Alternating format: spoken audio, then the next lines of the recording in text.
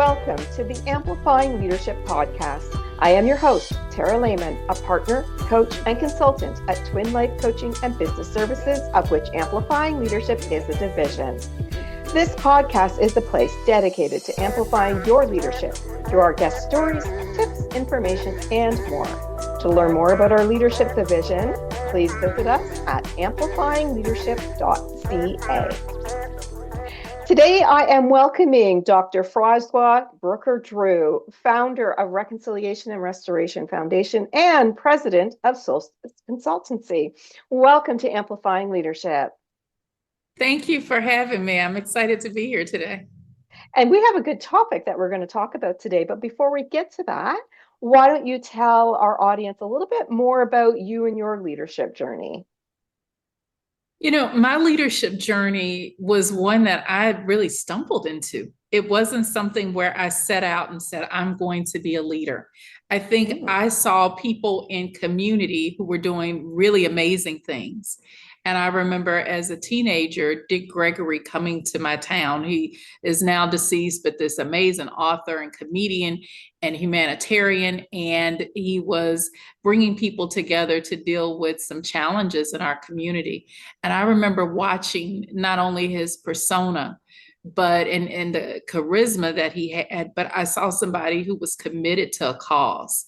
And I think that was one of the early examples for me of wanting to help give back to my community. And so, you know, when I got into college at the University of Texas at Arlington, I started being involved in campus leadership, and it evolved from education and the nonprofit space, which is where I've done most of my work, to really focusing on how do I help leaders now and helping them with understanding their story.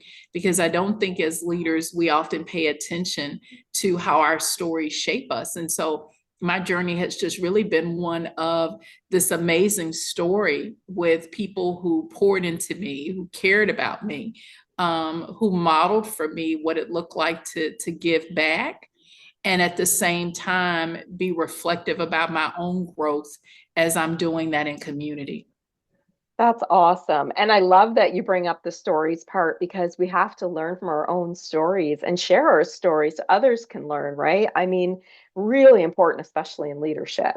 So love that you brought that up. Now, I understand that you do love to discuss and have even written about achievements and struggles of women, more specifically women in color, but in leadership. So why does that really resonate with you?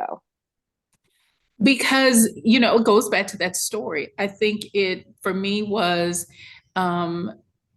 being in a time where I didn't see a lot of women of color in leadership. And it had nothing to do with intelligence. It was, you know, opportunity. And I think for a lot of women, you don't always have those role models. And I think for me, it has been important to do a couple of roles. It's how do I serve as a coach to encourage and inspire women, but how do I mentor and giving them the wisdom and sharing those experiences. I think when we do that, we accelerate people's growth. And so I wanted to be able to help, because so many of the things that I experienced was firsthand, you know, having to have the challenge. And I think if we can share those with others, we help them to grow and achieve faster. But I also realized that women need sponsors.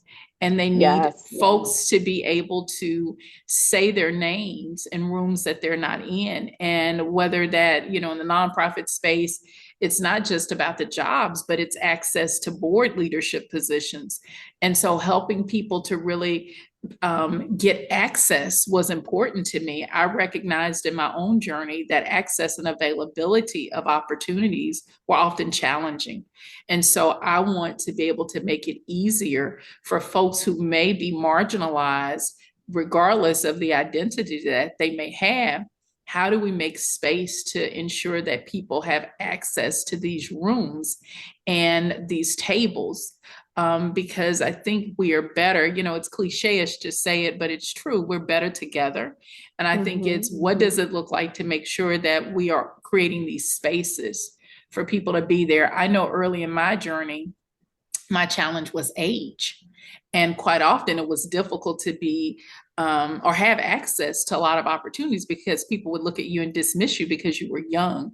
And in remembering that, I wanted to make sure that younger women, through my writing, through my mentoring, through the sponsorship, that they didn't have to go through some of the same things that I went through very young in my career, because people just went, oh, she's young. She didn't know, she didn't have experience. Well, how do I get experience if I'm not given the opportunity? So I want to do it different. I love that. And I love that you talk about sponsorship because that is a key piece, mentoring, however people do it. Those two things are very key, to helping people grow and learn in whatever industry they're in. I come from trucking and transportation. So as you can imagine, there's probably more of a gender issue with that. Yes, yes. And in some cases it could be other things like race issues or whatever. So I found it very important that my mentors were there and sponsoring me when I wasn't there. And the Yes. leaders I had, they were amazing people, and they did things like that to help me grow. But you really do need that. So I love that you brought that up. So did you have a sponsor or a mentor, or did you just come into this because you knew it was needed? Oh, it's both. I knew it was needed, but I have been so blessed to have women and men who decided that there was something in me that I couldn't see in myself, Awesome. and decided to invest in me and pour into me. And there were people who look like me. There were people who don't look like me who said, I see something and I want to be able to help you. And that's such a part of the narrative that Mhm. is my life, is having these I call them destiny helpers, having these people who've been positioned throughout my life to say, let me, introduce you to this person. The term that I love is this ideal of social capital and the relationship building. These were people who were critical in helping build my relationships with others because they made introductions. They didn't hoard their relationships. They basically Mhm. said, there's some people that I know can help you. And as they were pouring into me and opening doors, they introduced me to a world that I would have never had access to. So those Awesome. relationships have been critical in my journey. And people can find those for sure, either through their coaches or mentors in their own companies or sponsorships, of course. I want to ask you this because there are some people who aren't like you and I, who aren't trying to, don't understand that they need those types of things, or opening their own doors for them. Do you feel that some of us hold ourselves back and don't become what we believe we should become because we don't have access to this or don't know about this? Yeah, I think we have to, start with self and looking at the limiting beliefs that we have. And I Hmm. think so often our mindsets, I know many of us have heard about the growth mindset and the fixed mindset. I think it's important as leaders to think about our posturing. And what is the posture that we have? Are we allowing ourselves to be open vessels to opportunities? And that comes in the form of people in relationships. Or do we have these limiting beliefs because we may have had bad experiences before? Hmm. I talk about in my writing, I had an experience early in my career where there was this lady I looked up to, and she would set up meetings, wouldn't show up. And I remember feeling like, oh, wow, she doesn't value me. I felt dismissed. And I would see her Hmm. meeting with other people. But because at the time I didn't have the title and the position, she didn't create space for me. I could have easily looked at that situation and said, everyone is like that. So I'm not going to pursue relationships with people who I, perceive as being in positions and can help me. I did the opposite. I felt like, well, that person missed out on an opportunity. There are other people who are Excellent. not that way. And so I think it really boils down to what is the view that we have of ourselves and our possibility. Humility is important and recognizing that, but I think you have to make sure that you have humility and confidence and they coexist together, that we Hmm. can be people that create space for others and love others and have compassion, but we also have to know our own value and worth, and that we deserve to be at the table. If there is a place for us, and if it isn't, how do we go and create that? But it's knowing that we Hmm. have the ability to do it. Yeah, absolutely agree. And so that takes me to my next question about communication, because we do know that, some people, like for me, I could have been very shy in the trucking industry because it's so male dominated, or another industry where another diverse issue happens. And of course, you write about women of color. So, when we think about that and we want to communicate that we want more, or as a leader that we want to bring you up, but you seem, a little bit holding back because of limiting beliefs, right? Maybe that's the way we go. As a leader, Tara's holding back because she's limited her beliefs to not opening the doors for herself. Like, what would you tell people who are feeling that way so that they can reach out and say, hey, I want a mentor over here. I want someone to help me move up. What would you say? I think it's a both and. I think as leaders, when we see people like that, I think it's important for us to crack the shell.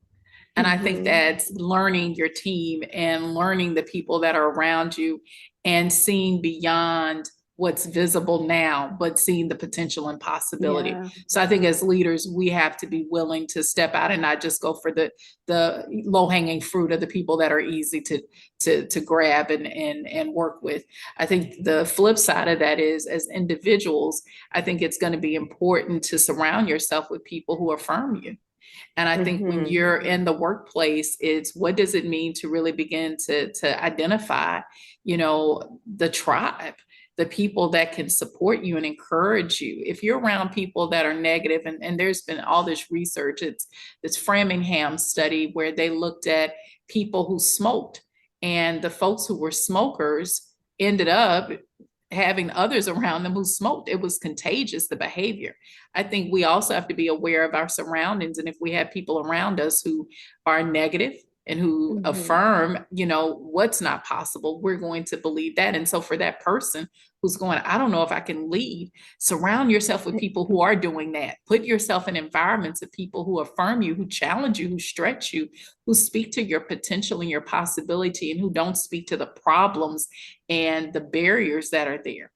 I think when we choose to not only change our thinking, but also begin to find people that will support us, that's when we can really begin to start tapping into who we are, because those Mm-hmm. people will become a reflection for us. When you surround yourself with greatness, you're going to have that reflected to you, and you will begin to respond, and that taps the greatness in you. Yeah, I agree a lot with everything you're saying, and how difficult it can be when you are surrounded by the people who aren't trying to support you, and really it's about challenge at that point. Like if you don't have a choice but to sit in an office 9 hours a day or be out back 9 hours a day or whatever that looks like for you, and it's a negative atmosphere, you have to challenge yourself. In that case, to open Yes. your doors, right? Because you won't have the support. You're not going to be able to say, "Hey, me," and I had that in my Yes. very early career where, you know what, I'm done with this. I have to move on. And in some cases, that is you opening the door, right? And Yes. that led me to where I am today because I left that company and said goodbye, right? And Yeah. the And you next know your company, value. value, huge. Okay, we can talk about values all day right now because it's staying in a company where disrespect is the norm or where the culture is just not your fit. You need to challenge yourself. I'm not going to tell people to leave their jobs. Of course, people need money, Agreed. right? But challenge that value. Do you align? What do you think about that? Yeah, I think you have to recognize that if you were able to get that job, there are other opportunities that are even better that are available to you. Does it take time to get it? Yes. And I'm one who believes if there is an opportunity in the culture to be able to be a catalyst for change, then you try your best to be able to be the positive role model. But when it contaminates your soul and spirit, where you are becoming toxic, like the environment that you're in, that's not a healthy place to be in. Mm-hmm. And I think you have to make the decision of, I deserve more. And I think, one of the challenges that I think we all struggle with is defining our non negotiables. And I think for Yes. many of us, we walk into work environments because we seek money. And yeah, all of us need to eat and pay bills, but you can compromise your values when you don't have requirements of where you're going to spend 8, 9, 10 hours a day. And Yeah. so if Mm-hmm. if this is a place that doesn't align with your values, and is going to be more harmful than helpful, you got to examine if that's where you want to spend the majority of your waking hours at. I mean, in my case, it was so toxic. I left without another job. It was so I couldn't even I've go in done the that door too. anymore. Yeah, like I've I done used to that. sit in my car and convince myself to go into the office because I just couldn't handle it anymore. And I did leave. Luckily, I got a job right away and it was a fantastic place. But there's a lot of Yes. challenges that come. So let's veer back to some of the struggles that we may have, just getting into leadership. So when we think about different diversities, my case, men versus women, of course, in the trucking industry is the biggest one. Again, not saying that's the only one, just the one I experienced. Right. And you talk about women of color. So what are some of those, those struggles that we can have to get into leadership, even if we're happy where we are? I think the struggle is quite often one of them is sponsorship. People Hmm. typically sponsor people that are like them, that they like, that they're in proximity to. So if you're not always in those spaces, it can be very hard to be seen. So I think Hmm. it's how do you, make sure that you are creating opportunities to be seen, to be heard, to be in those spaces. I think it's Love that. also thinking about how do you, find opportunities, and sometimes it requires, I know for me early in my career, it was often taken on a little bit more.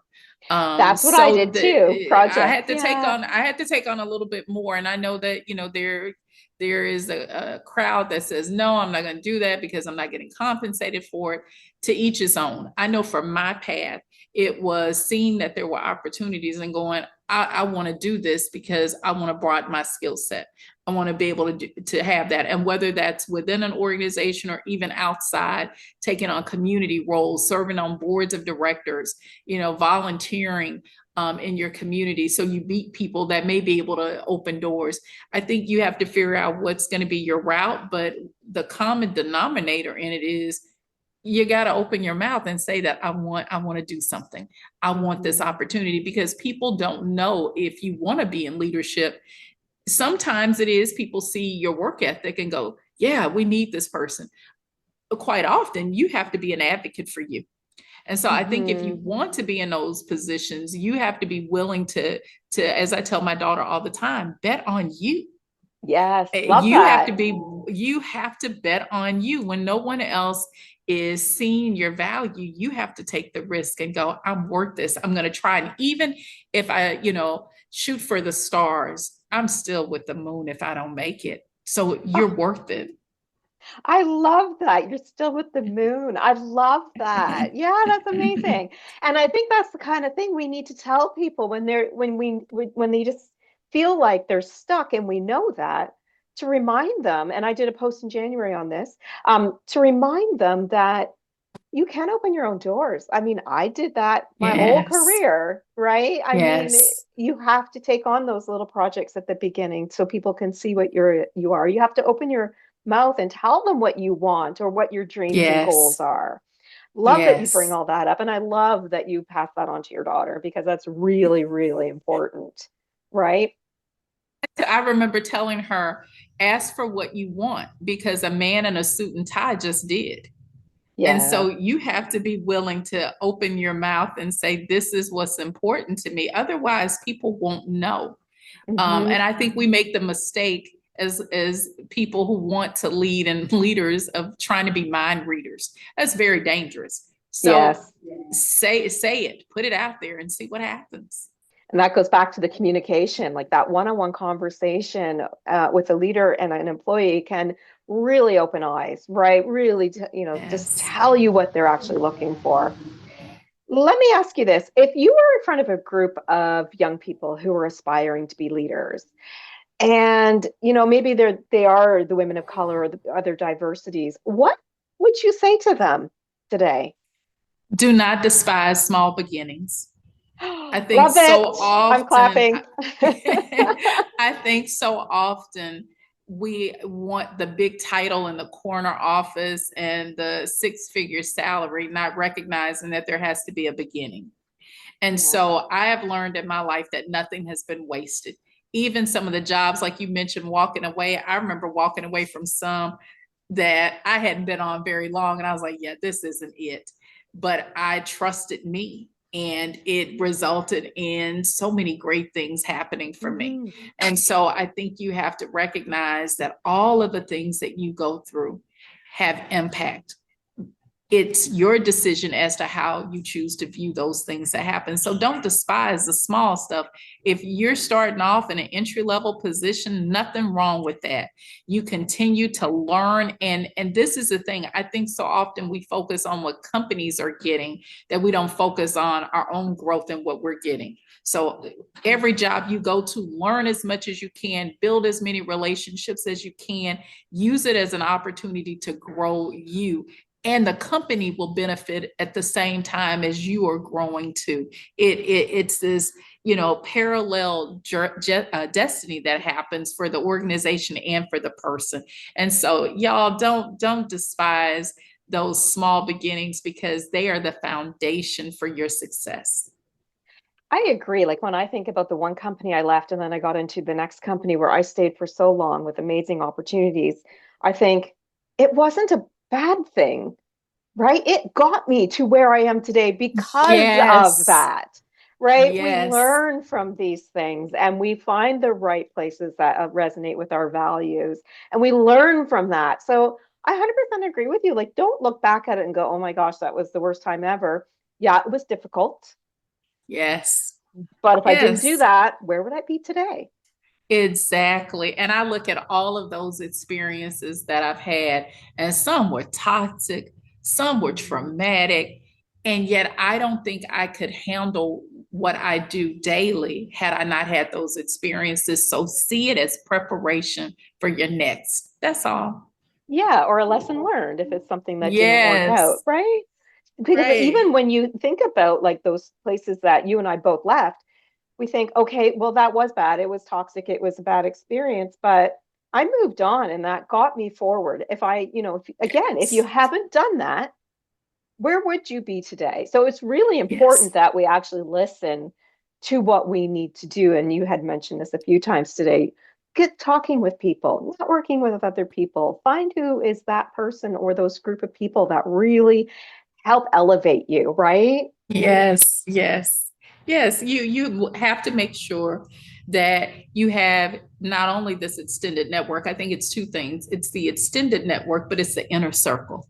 You Yes. need your personal board of directors. You need those folks who are going to go, you know better, you could do more, who challenge you and see things that you can't see in yourself. They serve as your rear view mirror. Hmm. They're able to go, we know what happened behind you and what you've gone through, but we also know what's coming and we want to help you get there. And so we got to make sure that we have the inner circle, but we have this external network that's a safety net of support. And I like that you call your inner circle your board of directors because really it's Yeah. like a personal board, right? Like Yes, my yes, coaches, for example, are part of my personal board, yes, right? Because they yes, can help keep me accountable to what those goals are, just as an example, right? So I yes. love that terminology. Love it. Thank you. And All right. I live by it. I live by it. You got to have people who are going to call you out. I would have never gone back to Yeah. school at almost 40 years old, and this has been years ago, to go get a PhD. I would have never gone back Good if it for had not been you. for my board of directors who said, girl, get your butt up and go to school. And I'm like, I'm Yeah. married, I have a kid, I'm working full time as a leader, managing a team across the country. How am I going to do that? And it happened. Exactly. Exactly. Wow, what an amazing conversation today. It's been absolutely fabulous. And I know you have a book. So if our audience wanted to either get in touch with you directly or learn more about how they can purchase your book, can they find you somewhere online?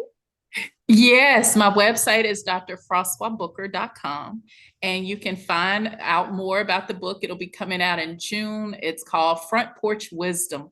And so Awesome. it, even though the target is women of color, I have folks who have pre-read it, who are not women of color, who have said the wisdom in this book is universal. So I hope people get it and enjoy it. Congratulations on that coming up in June, you said? Thank you. Yes, in June. Excellent. And just so everybody knows how to spell your first name, it's Froswa for the website. Yes. Yes. Thank you. I forget I've had it all these years. Okay, no worries. So thank you so much for sharing your tips, experiences, and all of this knowledge today. It's greatly appreciated. I'm honored to be here and thank you for the opportunity. Of course, we want to thank you, our audience. We do hope you were able to gain some valuable information today. If you are a leader who knows that leadership coaching, consulting, and community are the way to grow your leadership journey, or perhaps you want to be a leader one day and wish to learn more about our Rise to Leadership programs, please visit us at amplifyingleadership.ca, a Twin Life coaching and business services division. Until next time, remember, leadership matters.